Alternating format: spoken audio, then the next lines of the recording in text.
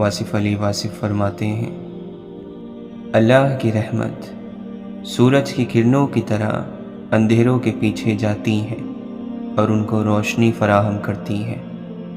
اللہ کی رحمت یہ گناہ گاروں کے پیچھے جاتی ہے کہ اے غافلو، کدھر پھرتے ہو، ادھر آؤ۔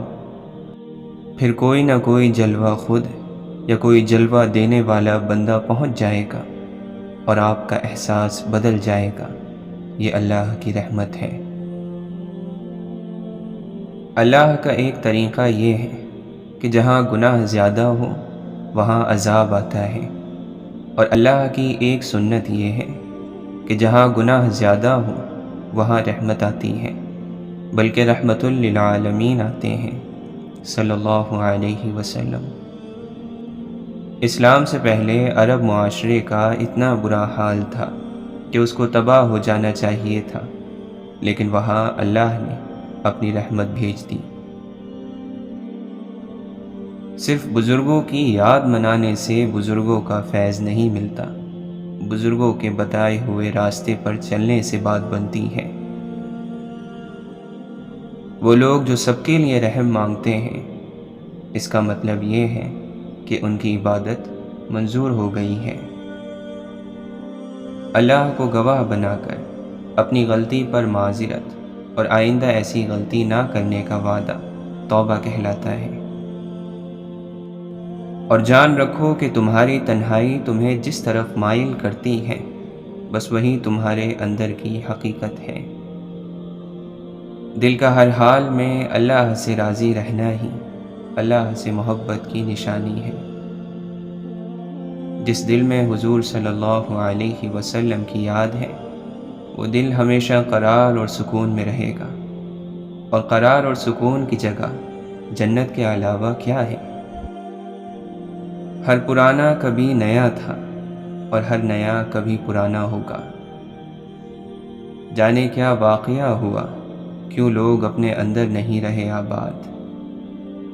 موت ختم ہو جانے والی زندگی کو ہمیشہ رہنے والی زندگی میں بدل دیتی ہے۔ دعا کرنے والا یہ خیال کرے کہ اس کی دعا کرنے کے عمل سے کسی اور کا حق ختم نہ ہو جائے۔ گناہ کا موقع ہو اور تم گناہ نہ کرو تو یہ بہت بڑی نیکی ہے۔ غصے میں سچ بولنا بڑا مشکل ہے، کیونکہ غصے میں انسان صرف جذبات بولتا ہے، سچ نہیں بولتا۔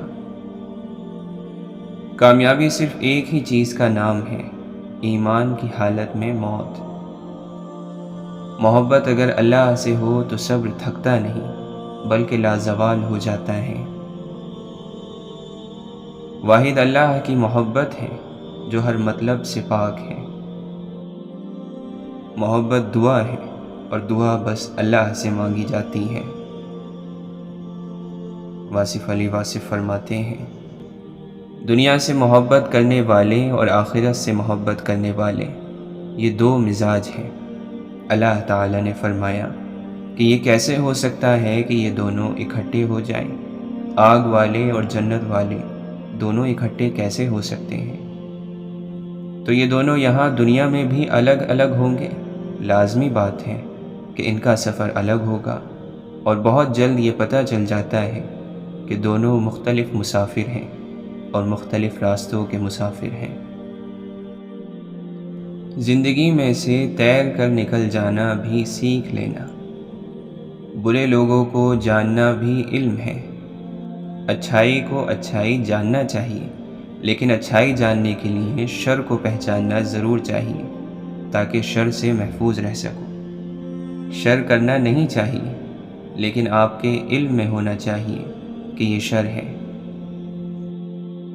جب اللہ آپ کو بڑا بناتا ہے تو آپ بڑے تحمل مزاج اور صبر والے ہوں گے، اور جو انسان اپنے آپ کو بڑا اور عظیم بنائے تو وہ بڑا مغرور ہوگا۔ گھر کے غم اور پریشانیاں جو ہیں وہ باہر بیان کرنے سے توہین بن جاتی ہے۔ حاصل کرنا بڑی بات نہیں، حق حقدار تک نہ پہنچانا بہت غلط بات ہے۔ جب ہماری تمناؤں کے پاؤں چادر سے باہر نکل آتے ہیں پھر ہمیں سکون نہیں ملتا۔ انسان نے محسوس کرنا اس لیے چھوڑ دیا کیونکہ اسے ان چیزوں سے محبت ہو گئی جن میں احساس نہیں ہے۔ آپ فرماتے ہیں، ایک آدمی کہتا ہے کہ مجھے بازار جانا ہے لیکن میں تھکا ہوا ہوں۔ دوسرا کہتا ہے کہ میں تیرے ساتھ چلوں گا، بس ساتھ ہونے سے تھکاوٹ دور ہو جاتی ہے۔ محبت کے ساتھ سجدہ کرنا، ایک آدمی سجدہ کر رہا ہے اور ایک دوسرا آدمی بھی سجدہ کر رہا ہے۔ جو محبت کے ساتھ سجدہ کر رہا ہے اس کو ہم اللہ والا کہیں گے، اور جو صرف سجدہ کر رہا ہے اس کو ہم اہل ظاہر کہیں گے، یعنی شریعت والا۔ ایک شخص وہ جانتا ہے اور وہ یہ بھی جانتا ہے کہ وہ جانتا ہے، وہ عالم ہے، اس سے سیکھو۔ ایک شخص نہیں جانتا لیکن وہ جانتا ہے کہ وہ نہیں جانتا ہے، وہ طالب علم ہے، اسے سکھاؤ۔ ایک شخص جانتا ہے لیکن وہ یہ نہیں جانتا کہ وہ جانتا ہے، وہ سویا ہوا ہے، اسے جگاؤ۔ ایک شخص نہیں جانتا اور یہ بھی نہیں جانتا کہ وہ نہیں جانتا، وہ جاہل ہے، اس سے بچو۔ خواہش کی داستان کبھی مکمل نہیں ہوتی، کبھی آغاز رہ گیا، کبھی انجام رہ گیا، اور اسی کشمکش میں یہ چند مقدس ایام ختم ہو جاتے ہیں۔ اللہ اپنے قریب والوں کو غم دیتا ہے، جو جتنا قریب ہوگا اسے اتنا بڑا غم دے گا، اور جو زیادہ عزیز ہوگا تو اسے کربلا دے دے گا۔ اپنے جسم کو سواری کی طرح سمجھو اور اس پر اللہ کی معرفت سوار کر دو۔ اگر تمہارا جسم اس بوجھ کے متعلق تم سے کچھ شکایت کرے تو اسے اس کا انجام یاد دلاؤ۔ کسی کی یاد میں جاگنے والا کبھی بدقسمت نہیں ہو سکتا۔ کسی کے درد میں رونے والا دنیا کے ہزار غم سے آزاد ہو جاتا ہے۔ محبت کا سجدہ انسان کو ہزار سجدوں سے نجات دیتا ہے۔ عبادت نجات تک پہنچاتی ہے، عشق محبوب تک پہنچاتا ہے۔ آپ کامیابی چاہتے ہو تو چپکے سے عبادت کرتے جاؤ۔ الفاظ کے صحیح استعمال کی توفیق نعمت ہے، یہ نعمت بھی کم انسانوں کو نصیب ہوتی ہے۔ الفاظ سے ماحول کو خوشگوار بنانے کا کام لیا جائے تو بڑی بات ہے۔ خالی الفاظ نگلنے اور الفاظ اگلنے سے کوئی مسئلہ حل نہیں ہوتا۔ الفاظ سے ماحول روشن کیا جائے، الفاظ سے دلوں کو خوش کیا جائے۔ آنکھیں آنکھوں کو نہیں دیکھ رہی ہیں بلکہ آنکھوں کے پیچھے کوئی اور ہے جو کسی اور کو دیکھ رہا ہے۔ اس کا مطلب ہے کہ یہ جو کوئی اور ہے اصل چیز تو وہ ہے۔ تو کہیں ایسا نہ ہو کہ آپ آنکھ کے چکر میں آ جائیں اور اس اور سے غافل ہو جائیں۔ اس کا بڑا راز ہے اور یہ راز سمجھنا چاہیے۔ آپ فرماتے ہیں، پریشانی اس زمانے کو کہتے ہیں جب تمہیں اپنی زندگی ناپسند ہونا شروع ہو جائے۔ جب آپ کو آپ کی زندگی ناپسند ہے تو اور کسے پسند ہوگی؟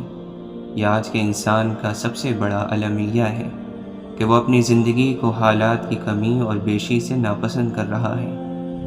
اس لیے اسے نصیحت یہ ہے کہ اپنی زندگی کو پسند کرے، اور جب تکلیف کی شدت آئے تو اس کو دور کرنے کا طریقہ یہ ہے کہ کبھی کبھی آپ ایسی نصیحتوں اور محفلوں میں جاؤ کہ جہاں آپ کو سکون ملے۔ سکون خیال کا وہ مقام ہے جہاں غم اور خوشی دونوں ہی بے معنی ہو جاتے ہیں۔